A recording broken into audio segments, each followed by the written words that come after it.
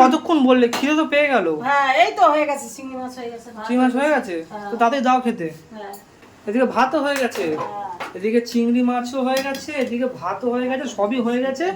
আর গন্ধে থাকতে পারছি না, তাতেই দাও বড় মা খেতে। আর ইচ্ছে করছে না বসে থাকতে, গন্ধে মা তো হারা, মানে সেই বলে না ঘাড়ের অর্ধ ভোজনম, সেই রকম হয়েছে একদম পুরো। তো দাও বড় মা। বন্ধুরা বসে পড়েছে খেতে, এই যে বড় মা কত সুন্দর খেতে একদম দিয়েছে। দেখো এক বাটি একদম মটন, লাল লাল ঝাল ঝাল, আর এখানে মাছ ভাজা, আর এখানে যে চিংড়ির যে তরকারিটা করেছে এটা, বাহ একদম। এখানে মা একদম ভাত দিয়ে বসে পড়েছে। মা তুমি কী দিয়ে খাবে? কচু? এটা কচু দিয়ে খাবে মা? আমি তো কচু কচু খাই না, আমি খাবো এখানে ওই যে মাছ ভাজা। আহা একদম ফ্রেশ মাছ, দেখতেই পাচ্ছ একদম। ওহো গরম গরম ভাত একদম, আর এরকম মাছ ভাজা একদম জমে, ক্ষীর,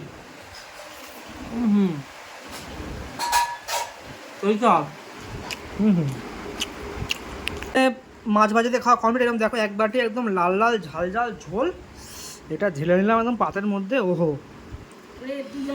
একদম পুরো কত সুন্দর একদম, এটা একদম লাল লাল ঝাল ঝাল একদম তুলতুলে মাটন, এই যে একদম কত সুন্দর একদম, আর সেই সফট হয়েছে একদম মাটনটা।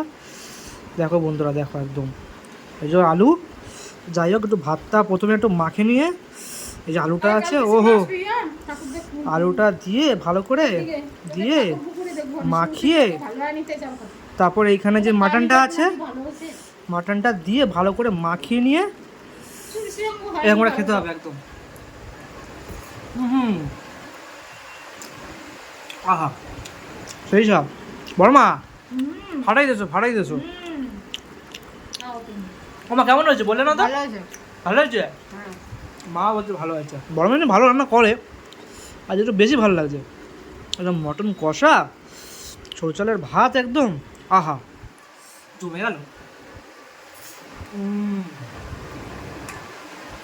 আহা